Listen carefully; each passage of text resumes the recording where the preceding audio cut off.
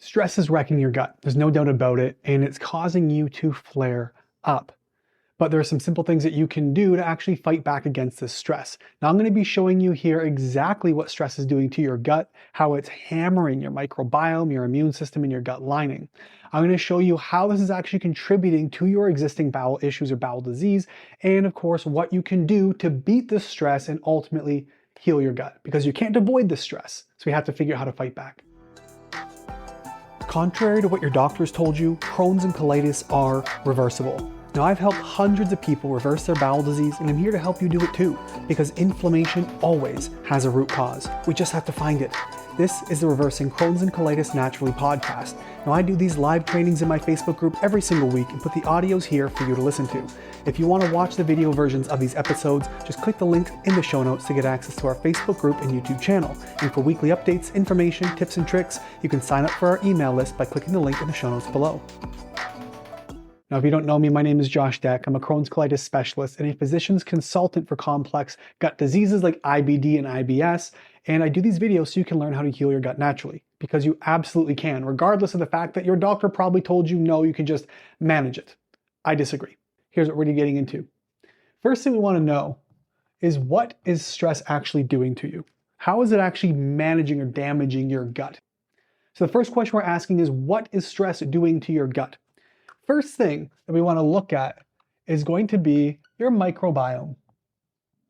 When we're looking at your microbiome, stress creates a state what's called dysbiosis. This is a dysregulated or imbalanced microbiome. Now, what is your microbiome? That's all your bacteria living inside of your gut. It's about 3 to 5 pounds in the average adult, and about 80–90% of it lives in what's called the cecum. So it's right here on the right side, right where your small intestine connects to your large. That little pocket of large intestine contains about 80% of your gut bacteria. The rest is kind of sprinkled throughout. And when we are stressed, that bacteria, that ecosystem gets completely screwed up, which also means we have a decrease in something called short-chain fatty acids. These are super important for healing your gut. It's actually the primary source of fuel or food for your gut cells. And so when we have high stress, we end up producing less of these, the bacteria get destroyed, and that means we have a weaker gut lining, so leaky gut, etc. On top of that, we have excess amounts of cortisol. Now, when we're in two main states when we're dealing with stress in your nervous system, the first one is going to be fight and flight. The other one is going to be rest and digest. Now, when you're in rest digest, guess what's happening? You're rested and digesting.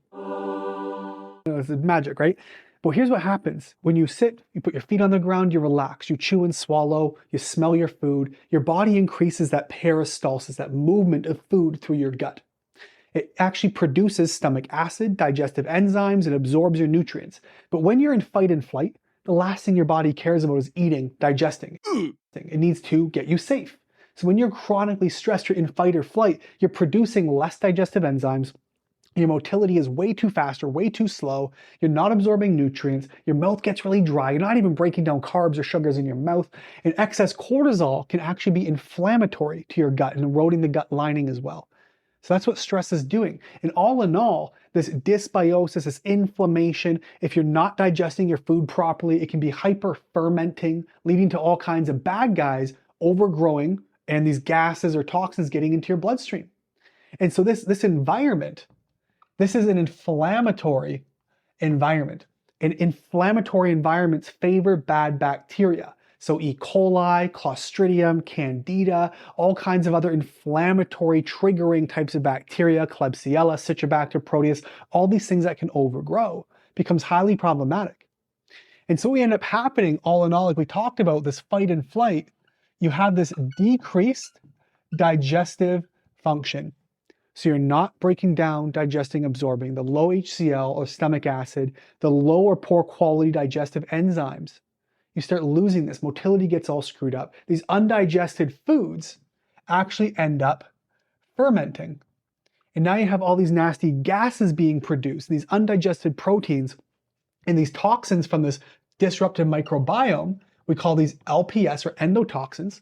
You have undigested food, and then you have ferments, bad gases, and these extra proteins.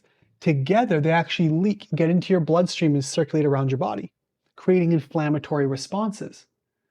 And so now we have this screwed up digestive function, increased bacteria, inflammation, leaky gut, poor digestion, poor immune function, because we're also decreasing our nutrient absorption. So now we get an increase of something called zonulin. Now, zonulin is a protein that breaks down these gap junctions. All the cells in your gut, they're like stitched together with these tight junctions. Zonulin is a protein that breaks these down.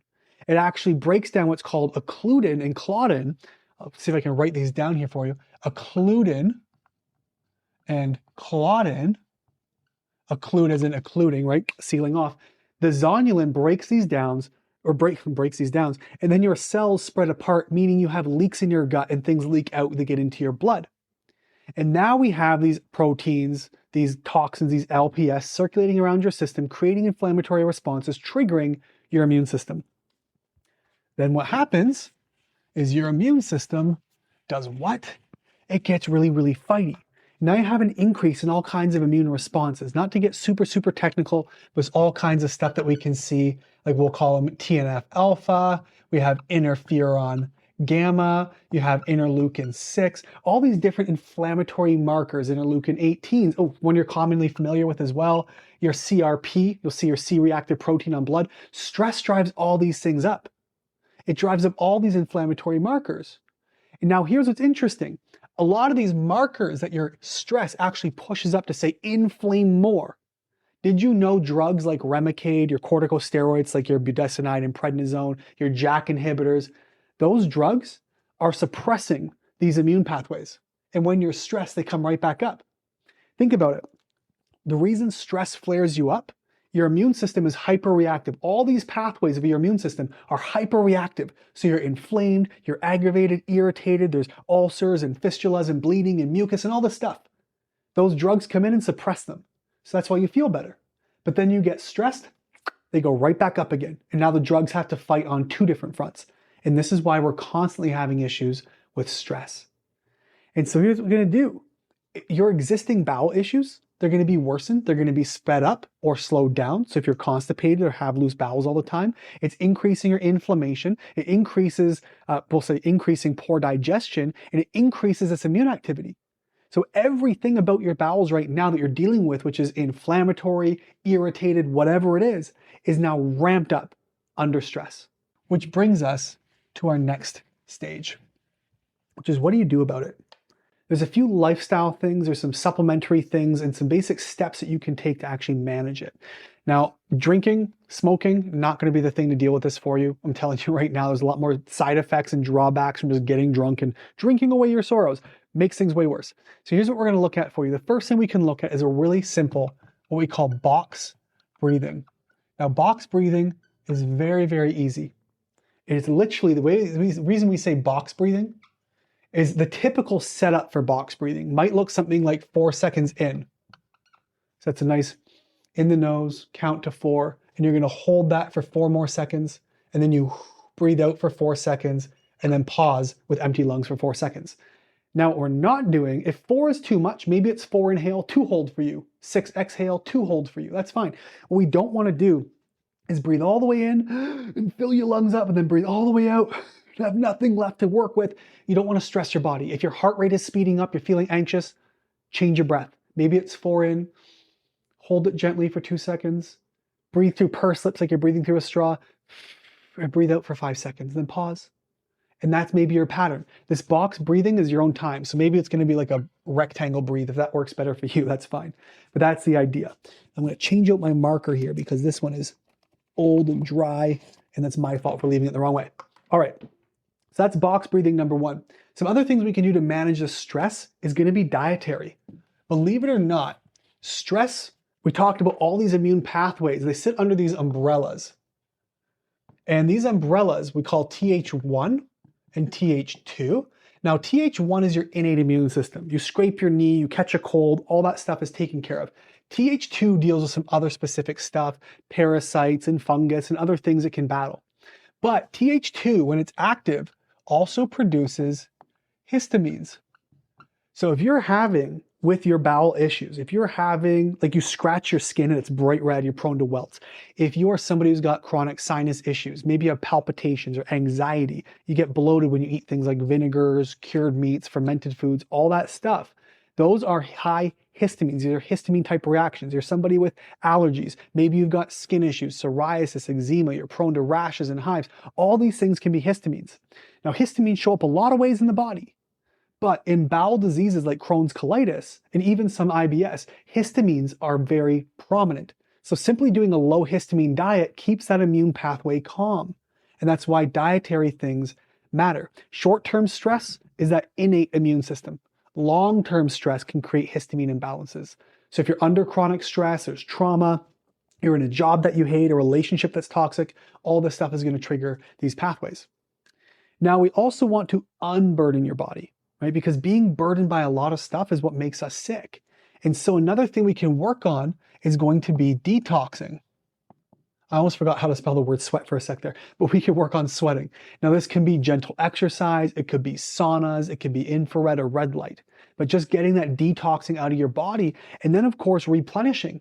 So certain things we can start to take, like trace mineral supplements. They're often what's called desalinated seawater. So it's a concentrated form of seawater where it's just all the mineral content without the salt. It's really quite bitter, but really good for you as well. So we can work on some of that. If you're feeling stressed out, you want to calm your body down, you can actually try what's called a magnesium chloride or other, even Epsom salt's going to be fine, but like a foot soak. Get some of that magnesium in your body. You can actually take a magnesium glycinate, helps some people sleep, puts them right to bed. Not me, but I enjoy the way it makes my body feel. Magnesium is needed for stuff. Magnesium can help bring some of this stuff down. If you want some other supplements you can look at, you can take certain things to help regulate cortisol. Things like magnolia. And that's a magnolia bark typically. There are other supplements that you can utilize to help your body chill out, calm down, like lemon balm. I'll put it up here. You can use lemon balm or valerian. And that's a valerian root. It can be very, very soothing and calming. Lavender sometimes can be very calming. There are certain compounds you can use to digest or break down histamines if you have a lot of them, like DAO. This stands for diamine oxidase. It's a bit more expensive. So if you're having histamine issues, go with certain things like stinging nettle, perilla oil, quercetin, again, magnesium, stuff like that. There's Histo-X is another one that's like a combination. But histamine digesting herbs can really help with some of this stuff as well. If you're stressed out and having trouble sleeping because your mind's racing at 1,000 miles an hour, a couple of things. One, go get a chiropractic adjustment. When your neck's screwed up, everything's screwed up. Second to that as well, you can actually look at sleep support supplements. These can be things like L-theanine. You can use supplements on and off like GABA. GABA stands for gamma aminobutyric acid. And this one is sort of the down regulator, calms you down. It's a chill out thing for your body. So we want to make sure we can utilize all these properly. There's a lot of supplements we can utilize to help you get to sleep, like melatonin is really important. Now the thing with melatonin, keep in mind, it'll help you get to sleep and not help you stay asleep. And you can really take as much as you want melatonin. Like you can't get sick, it can't hurt you. But melatonin helps you get to sleep. But if you're not staying asleep, that can be a cortisol issue, bringing us back to things like magnolia and valerian, other things like that. So stress regulation is huge for a couple of reasons. It creates dysbiosis, creates leaky gut, promotes bacterial overgrowth, weakens your immune system, increases inflammation, the same stuff your body or your drugs are trying to suppress, and it just throws everything into a fuss. So if you are chronically stressed, even if you're like, nah, dude, I'm pretty chill. If you have stressful things in your life all the time, even though you deal with them properly, they can be affecting you more than you know. I'm literally working with a client right now, same thing, she's pretty chill. But when we actually applied stress management techniques that we gave her, suddenly her bowels started to improve because she didn't realize how much stress she was under simply because of the stress that she learned to just cope with. And that's not the way to do it. So here's what you can do. I want to make sure you guys get some help here. What we're going to do, if you decide you want to get some help, all we're going to do is just sit down and have a conversation. The first call is always free. I refuse to take money and get paid for my job unless we know we can help you. And so what we're going to do is have a conversation and say, hey, what's going on with you? What's driving your bowel issues? What's driving your Crohn's, your colitis, your IBS? And Can we figure out that root cause? Stress is a part of it. But how many people do you know who get stressed out and then bleed from the bowel? Right? Like 0 people. So the thing we have to look at here is when you're under stress, what other factors are filling your cup that makes you susceptible to blood, to mucus, to pain, to diarrhea, all these other things. There's always underlying cofactors. And we're going to have that conversation, figure out what's going on, where this thing came from, what your body needs to get you better, and begin reversing your bowel disease. Because Crohn's, colitis, IBS, they're not just genetic, random, and those IBDs are certainly not autoimmune. So you can work on getting this better and getting your body healed up and reversed. There's a link below. You can send me an email directly, schedule a call, and learn to get some help, because this is a very fixable thing. And your doctor just says, well, deal with it. Here's a pill to crush your anxiety, rather than dealing with all the things anxiety is creating, whether you're symptomatic or not. And we can get to those roots. We're going to see you next time. One of my favorite things to hear as an IBD specialist is something along the lines of, I learned more from you in 15 minutes than from my doctor in 15 years. And if this for the first time is really starting to click and it's starting to make sense, and you're going, wait a minute, this might be reversible. I think there's more that I can do. This condition came out of nowhere. It happened to me out of the blue. I was healthy for 10, 20, 30, 40 years, and suddenly I wasn't, and you're telling me there's no cause. If you're understanding finally that there is a cause, that something is driving this, I want to invite you to check the link in the show notes below. Send me an email, ask a question, see if a program is a right fit for you, because I promise you, this doesn't have to be a lifelong sentence. You're not doomed to this, and IBD can be reversed.